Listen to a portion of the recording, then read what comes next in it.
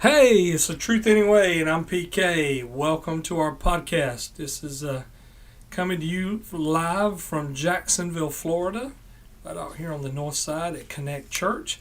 I'm the lead pastor of Connect Church here in Jacksonville, Florida, and this is Christy Smith. Hi. She's my co-host. Hello, Christy. Hello. Hey, how are you? I'm good. How are you? Good. Today I want to talk about something that's pretty basic to Christianity. Okay. I'm always pretty basic because I'm not as smart. But I want to talk about sharing our faith, inviting people to church. Mm-hmm. You know, I know those are really two separate things, but they kind of go together. They do. And, you know, that is something that is very basic to us. That is something that Christianity hinges on, is us sharing our faith with people. You know, Jesus said, go into all the world and preach the gospel. Mm-hmm. You know, tell the good news. Go into all the world and tell the good news. Mm-hmm. And that didn't happen on Sunday morning inside a church building. That when he said go into all the world, that word go was as you go. As you go about your daily life, tell people the good news. And we need to be better at it. You know, we need to be better at it. And we act like sometimes, I feel like we act like that sharing the gospel or even inviting someone to church or just anything along those lines is almost becoming taboo in our culture. Mm-hmm. And it's what our faith is about. A lot of people have this idea that they shouldn't say anything, that they should be quiet about their faith, that no one should know, they should just keep it to themselves. And I really believe that's a lie that we've bought into. Mm-hmm. Christy, is it difficult for you to share your faith? Does it just happen naturally? Do you invite people to church? Is it something that happens natural? How is that for you? So the short answer and the truthful answer is it is hard for me to share my faith, and it does not happen naturally. And I don't really know like the root cause of it. Maybe like I'm actually more introverted, so I just don't like talk to people. Really, You just don't like people in general, right? I'm just kidding. Maybe, kidding. but I don't know. I have a hard time like, especially like I force myself to be extroverted when I need to be, but like right now, exactly. But deep down, who I am is an introvert, and so like I don't have a lot of friends. If I do, they're all here at church with me, right? And so and then when I'm in public, like I'm on a mission, I do my thing and I go. Like I need to be better at probably just like talking to people in general. Well, you know, it's like I said, the Great Commission is as you go. Mm-hmm. You get up and go to the gas station. Mm-hmm. You go to Wendy's or wherever it is that you eat at. You probably don't go to Wendy's because you don't eat. But I like the baked potato. Baked potato with no Wendy's. bacon. With no bacon, of course. How would I know? I mean, you go to work, you go to the grocery store, you're going about your daily life. And there are people all around you. There are people all around us every day. There's opportunities. And it's almost like, I feel like almost like believers almost feel like it's optional. Yeah. Like, okay. Yeah. we're on mission here. Mm-hmm. And that is the mission. Mm-hmm. You know, that it's not to have a good life and raise good kids. And it's, you know, that's part of it. But we're on mission here to share the gospel. Mm-hmm. That's what we're here to do. I want to read a passage of scripture. It's the parable of the marriage supper. It's the parable of the dinner. Luke chapter 14, 16, starting in 16. But he said to them, these are the words of Jesus, it's in red. A man was giving a big dinner, and he invited many. And at the dinner hour, he sent his slaves to say to those who had been invited, come, for everything is ready now. But they all alike began to make excuses. The first one said to him, I've bought a piece of land and I need to go and look at it. Please consider me excused. Another one said, I've bought 5 yoke of oxen and I'm going to try them out. By the way, if you were using 5 yoke of oxen, you are a grown man.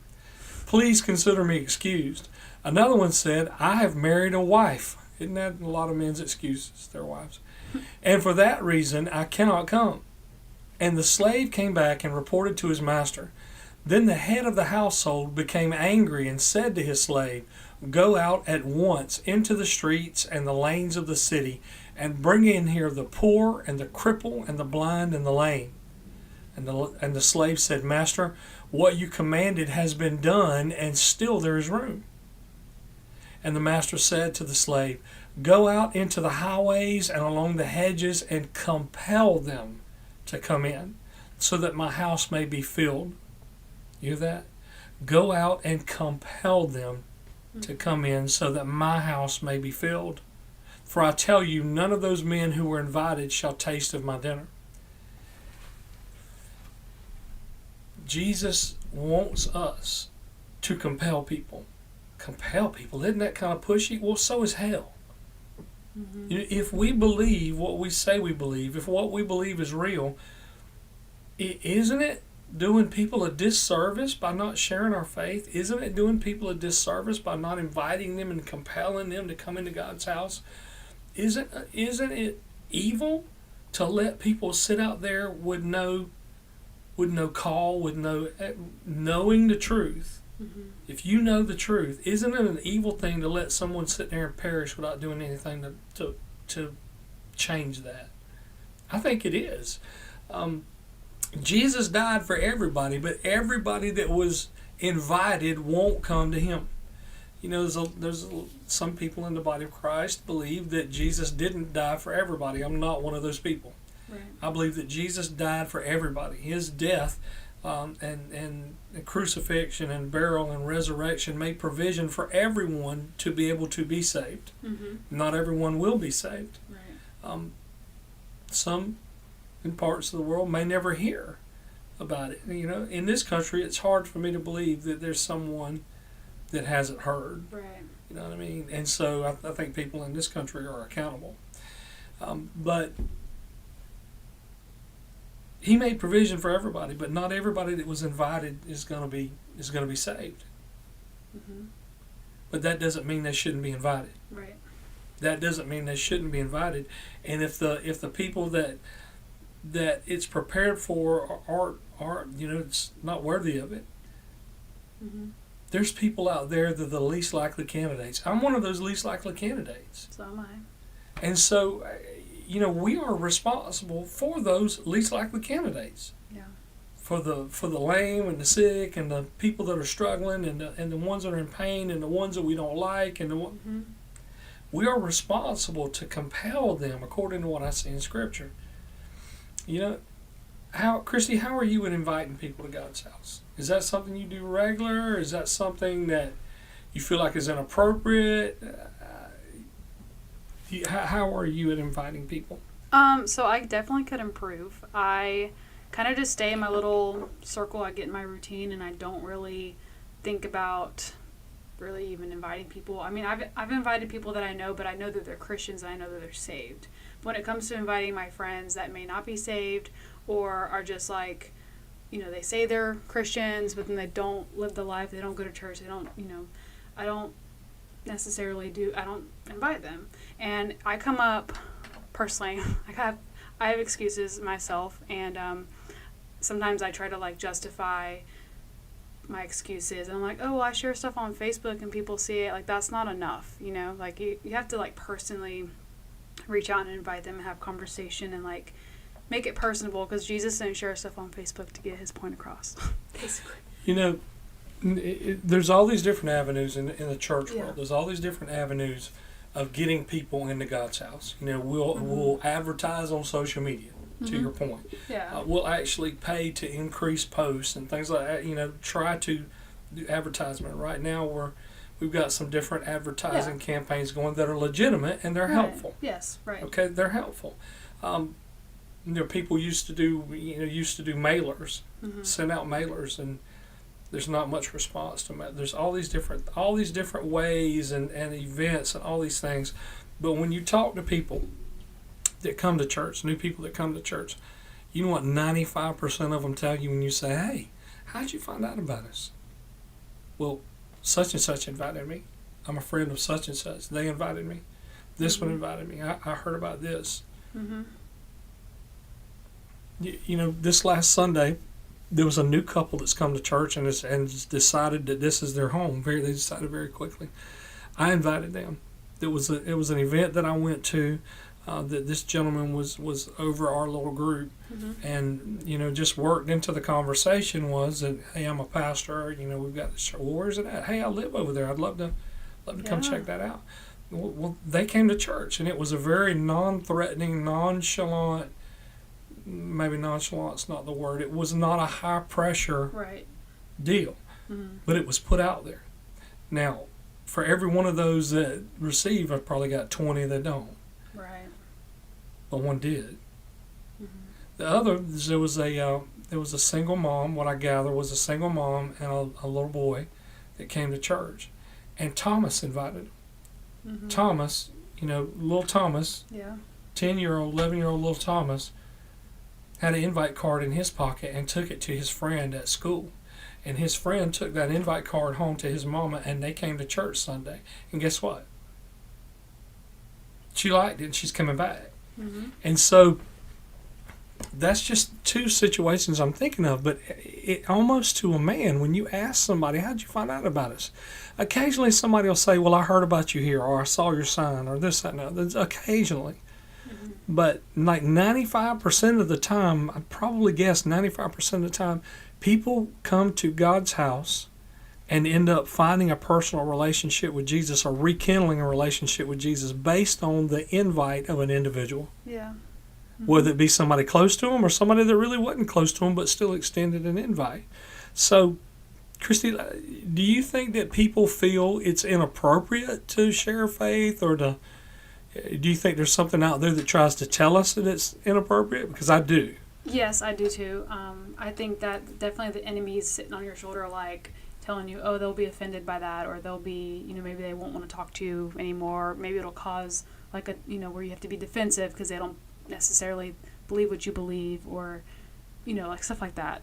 You have to defend what you believe. Yeah.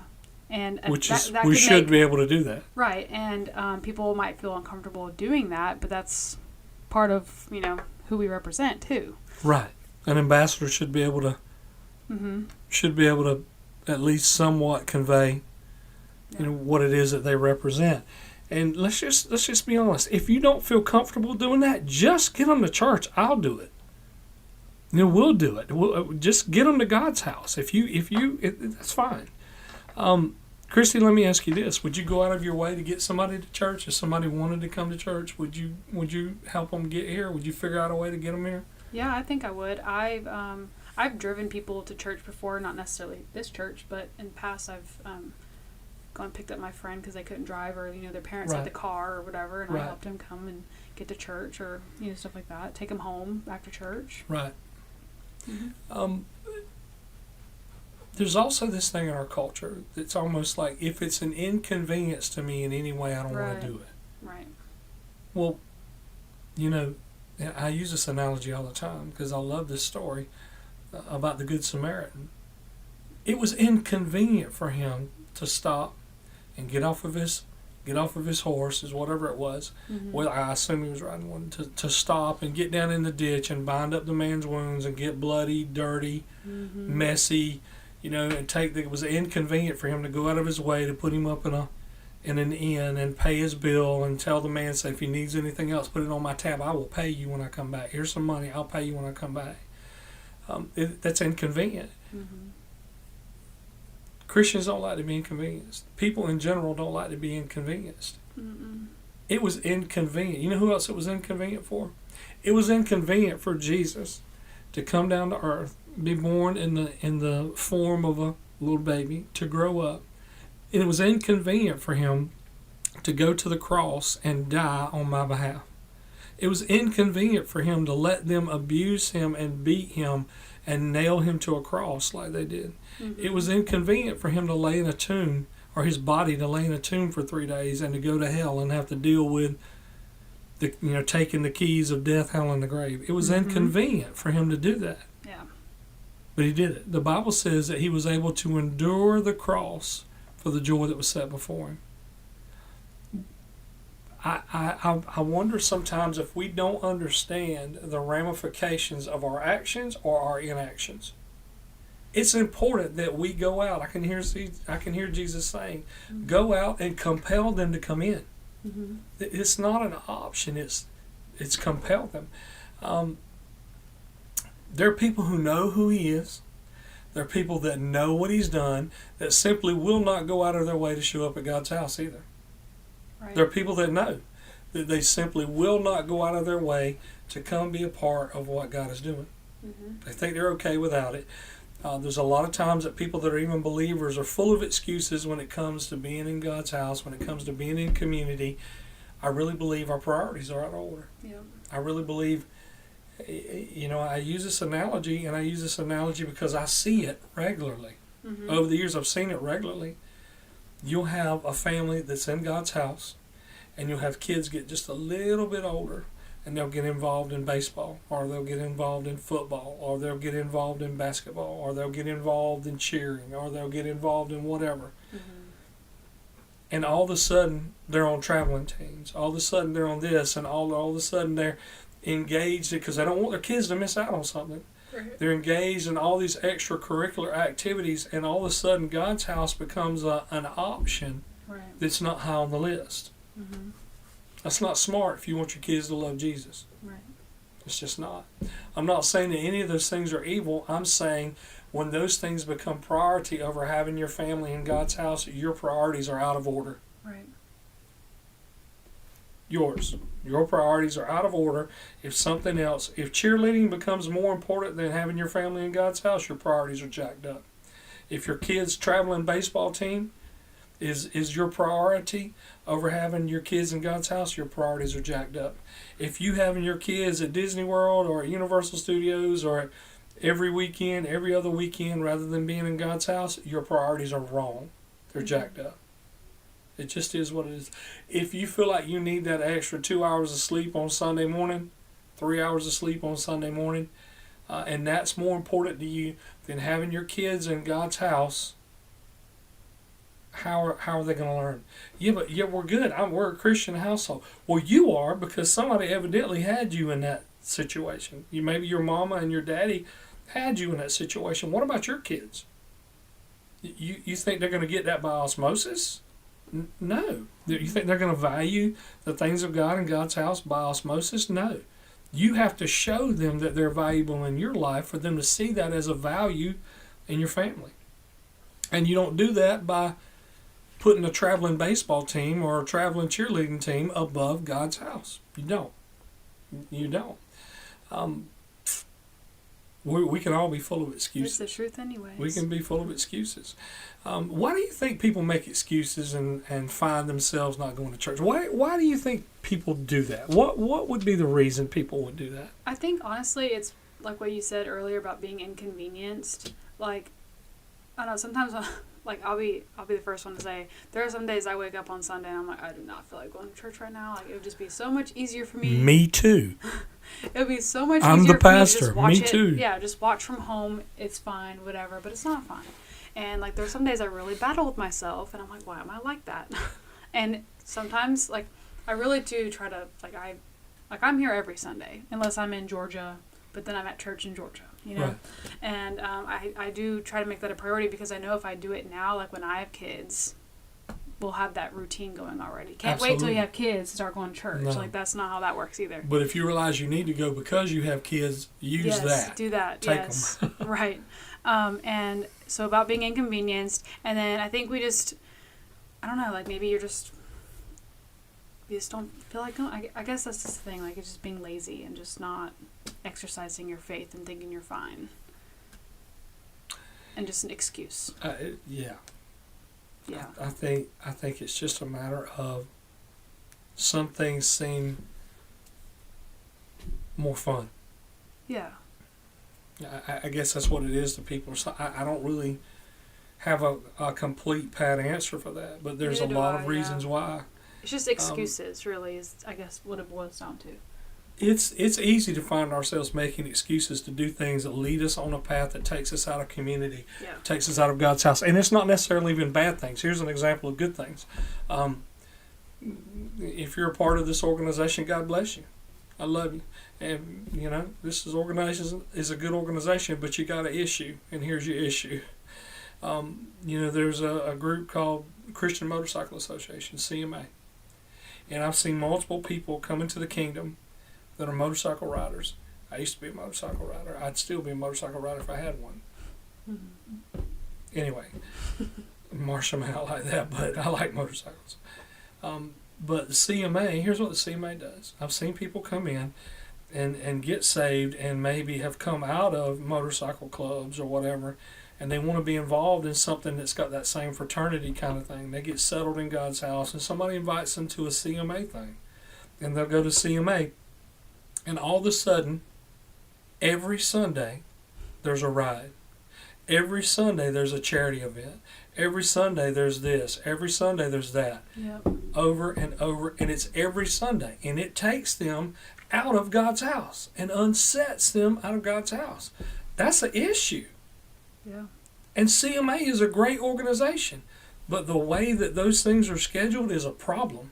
Mm-hmm. It's an issue. God bless you. You're part of CMA and you want to call me and talk to me about it, call me and talk to me about it, but you might not like what you hear. It's too late for me. I've seen it multiple times. That's a problem. Mm-hmm. So, and that's a good organization. Right. That is right. not a bad organization. It is a great organization, but that part of that organization is the issue. Mm-hmm. Here's another thing I've seen. I'm just giving examples of Yeah. things that get people unset in God's house.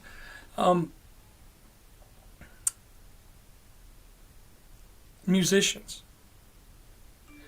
You know, in a contemporary worship environment, it is hard to always have a full band, and there are organizations out there that will go to musicians in God's house and say, hey, would you be willing to fill in at some different churches here or there, here or there or whatever?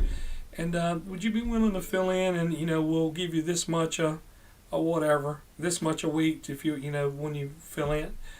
And it's a business model. Mm-hmm. And what happens is those musicians end up preaching in 365 different places, 365 weeks a year, and they get unset from their church family. And it ends up being a performance thing that initially started off being a good thing, Mm-hmm. but now it's a performance thing, and they're not set in God's house anymore. Right. And it snatches them out of God's house. Yep. Well, it's a good thing. That's a good thing to want to help worship teams. But it's a bad thing when it becomes so prevalent that it unseats you and your family from God's house. Mm-hmm. And, that organization might listen to this at some point and not like what I had to say. Once again, if you need my phone number, just hit us up. I'll give it to you. But you might not like what I have to say. Mm-hmm. And so just remember, the name of this podcast is It's the Truth Anyway. And whether it hurts, whether it stings, it is what it is. Yep. And so This is real stuff, though. it's real gut level stuff. Mm-hmm. There's also those outside of God's house, outside of God's community, that have never seen, don't understand the need that they have for Jesus. That's the people that are believers in God's house that can get unset, can make excuses. But there's people that are not in community, that are not believers, they don't even understand the need that they have for Jesus. But there's some of those that would come if somebody asked. Yep. They would come if somebody asked them. Mm-hmm. They're just waiting on They somebody just to sit there ask. and wait. Mm-hmm. The gentleman that I invited the other day was looking, just waiting on somebody to ask him. Yeah. I didn't even. It wasn't even a hard. It wasn't even a hard sell. It wasn't. It was just a. There's people out there like that. But if we as believers don't exercise our invite, if we don't exercise our, using our testimony, if we don't even have to. Just like I said, if you're uncomfortable sharing your testimony, getting that intimate, just tell them you're going to take them for some coffee Sunday morning and come get them some Nicaraguan coffee here at the church and bring, tell them you're going to take them to lunch or tell them you're going to a meeting and you're going to take them to lunch after. Whatever you got to tell them. Mm-hmm. You know what I mean? Tell them there's a place with a bunch of single ladies you're going to take them. If you're a dude, tell them there's a place with a bunch of single ladies. You should meet them and, come and introduce them to all your single believer friends. Whatever you got to do. I know I'm just playing. Oh, yeah, no. But whatever you got to do Mm-hmm. to get people to God's house, whatever you got to do. There's people that would come if you asked them. Yep. Especially coming up in the holiday season. Mm-hmm. There's people that are looking for a place to take their family because they're okay, I would go to church on Easter. I would go to church on Christmas if somebody would ask me. Well, the statistic is 82% of people would come if they were invited. Wow. I didn't know that's a real statistic. Yep, that's a real statistic. Wow, that's crazy. 82% would come if they were just simply invited. They might come if somebody went out of their way for them. And they're just waiting on an invite. What are we doing? 82% of people are waiting on an invite. What, do we want to grow the kingdom of God or not? Right. Maybe this is just this. Remember, this is for believers. Yep. If you're not a believer, this really isn't for you. Right. But and this is specifically for Connect Church believers. We want to grow the kingdom. We have invite cards. We have invite cards, lots of them. Make it. You don't even have to remember the information. Just give them. That's what Thomas did. Yep, that's exactly what Thomas did, and it works. He gave it to his friend, and his friend gave it to his mama, and his mama showed up Sunday. Yep. That's awesome. Yep. I'm so proud of Thomas. I love Thomas. Me too. Jesus has got big things precious. for Thomas. These people are the ones that Jesus is talking about here. Yeah. The ones that need to be compelled, the ones that need to be maybe asked.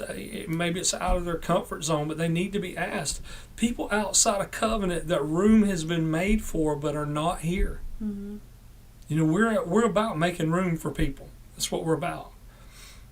Jesus says we should compel them.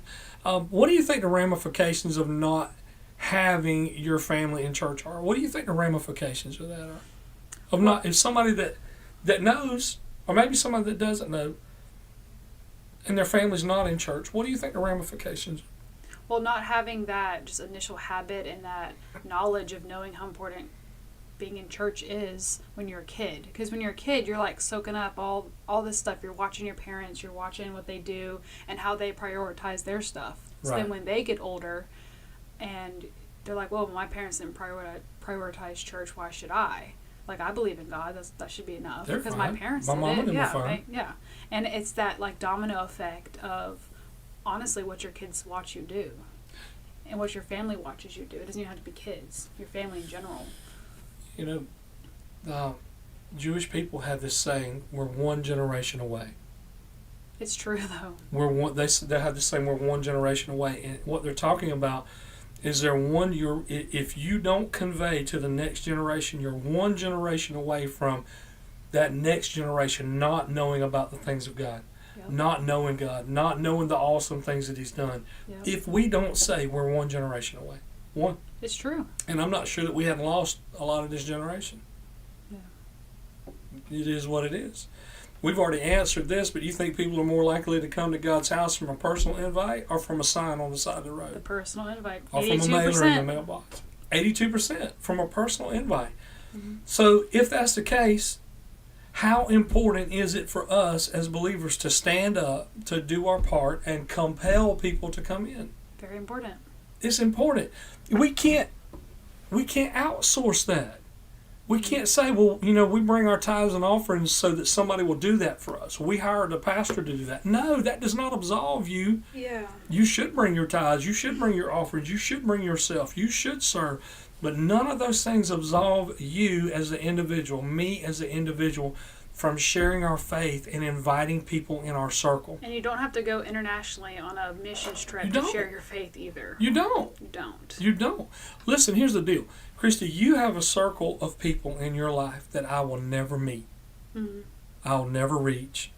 Maybe I will meet them one day when you invite them to church and they come to church. Mm-hmm. But you have a circle of influence that I don't have. And if we have 200, 250 members at Connect Church, obviously they're not all here on Sunday morning, but if we have a membership roll that's that big, we have 200 to 250 circles of influence that I don't have, that we need. Mm-hmm. We need that. We need to exercise that. We need to use that. I think it's important. I think it's crucial. I think it's absolutely necessary. And here's our 5 things. Our faith was always meant to be personal, but it was never meant to be private. Yep, that's good. You'll hear people in culture say, well, that's your private faith, your private faith, your private faith, your private faith. You're proselytizing.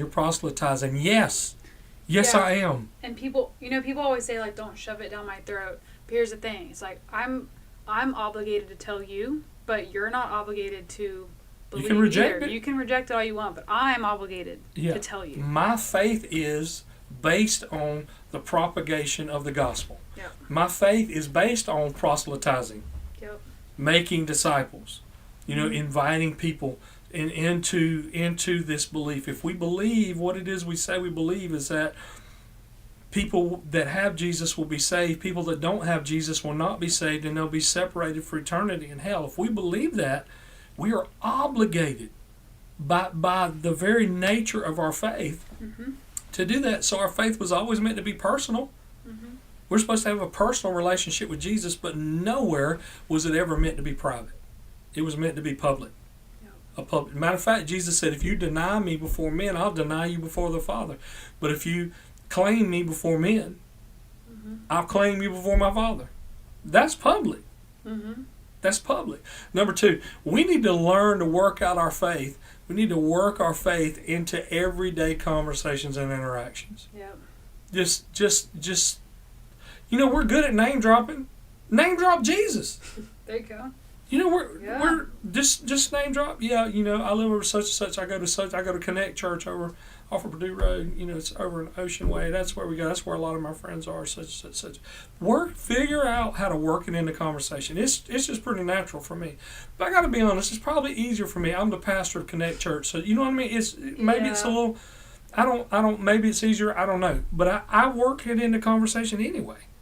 I work it into conversation. We need to learn to work our faith into our conversations, and not be put in a position where we feel like we need to strip our conversations of our faith, because that's what culture wants to do, is strip our conversations of our faith. Or hesitate it when you do think about bringing it up. Don't hesitate. Right. Just say it. Here's the deal. If the enemy can't get you to lose your faith, then the best thing he can do is to get you to be scared to share it. Yep. That's his next best tactic. His next best tactic is to keep you shut up, keep you quiet, and keep you afraid. I'm not afraid. I don't care. We kid at some point. At some point, it's going to be. The Bible talks about. We'll be. If we don't deny, we'll be in a situation at some point in the future where if we won't deny our faith, off with their heads. I got a daughter that's a tattoo artist. I'm going to have a dotted line cut here. Cut here. Whatever you got to do. You just send me to see Jesus quicker. Yeah, that's right. But I'm not going to deny him, and I'm not going to not. The disciples said they were beaten. Yep. They said, you don't preach anymore in his name. It says, hey, whether it be right before God to obey you or God, you be the judge. But we can't share but the things that we've seen and heard. Right. And that's all we can do. And they walked with him. Yeah, absolutely. They've seen it. And they shared, and they paid a price for it. They did. They got beat for it. Many of them died for it, were tortured for it, it was horrendous. Yeah. But they, that's proof that it's real. Oh, yeah. They wouldn't deny it, and we're talking about a string of people wouldn't deny Jesus even under duress, even under torture, even under... We need to stop being afraid to share our faith. Somebody shared their faith with you, thank God. We need to stop being afraid to share our faith. Somebody shared their faith with me and it changed my life. Maybe I should be willing to do the same and not be stingy with my faith. Number 4, we need to stop buying into culture's lie that our faith is supposed to be private. It is absolutely not supposed to be private. They want it to be private. Tough. I'm not accountable to culture. Right. I'm accountable to Jesus. Is what it is. Number 5, we need to begin to value people enough to be concerned for their eternity. Yeah. What does it say when I'm willing to sit there and watch somebody go to hell and never speak, never say a word, never offer them hope, never offer them a way out, let them live their life in a pig pen and never show them the gate? And imagine if they asked you, why didn't you say something to me? Yeah. I mean, maybe I hope you knew the whole time and you didn't tell me. You didn't say. You thought I'd be offended. You let me sit here and go to hell because you were afraid to say something to me. Yeah. We need to be willing to risk rejection on people's behalf. We need to value people enough that we're willing to risk their rejection. Yep. I know that's crazy, but we need to value their soul enough that we're willing to risk them rejecting us. Rejecting the message. We owe it to Jesus, and we owe it to them. We owe it to the people that are lost. It's their eternal life at stake. How much is a person's life worth? Not just monetarily, but monetarily. But in my pride being hurt, in my feelings being hurt, in how much is a person's eternity worth? It was worth a lot to Jesus. It was worth a lot to the people whose names are written in Fox's Book of Martyrs. It was worth a lot. Somebody valued me enough that they paid whatever price was necessary. Yeah. And that's what we learned today. And it's the truth anyway. Hey, listen, we love you. Please like, share, subscribe. Check us out on Spotify. We'll see you next Thursday. Thank you for being with me, Christy. Hey, yeah, I appreciated it. Invite those people in your world Yes. to church. Invite the people around you to God's house. Share your faith with them. If you're uncomfortable, bring them, and I'll do it. And God go bless dogs. Go dogs. you. Go Go Bulldogs. dogs.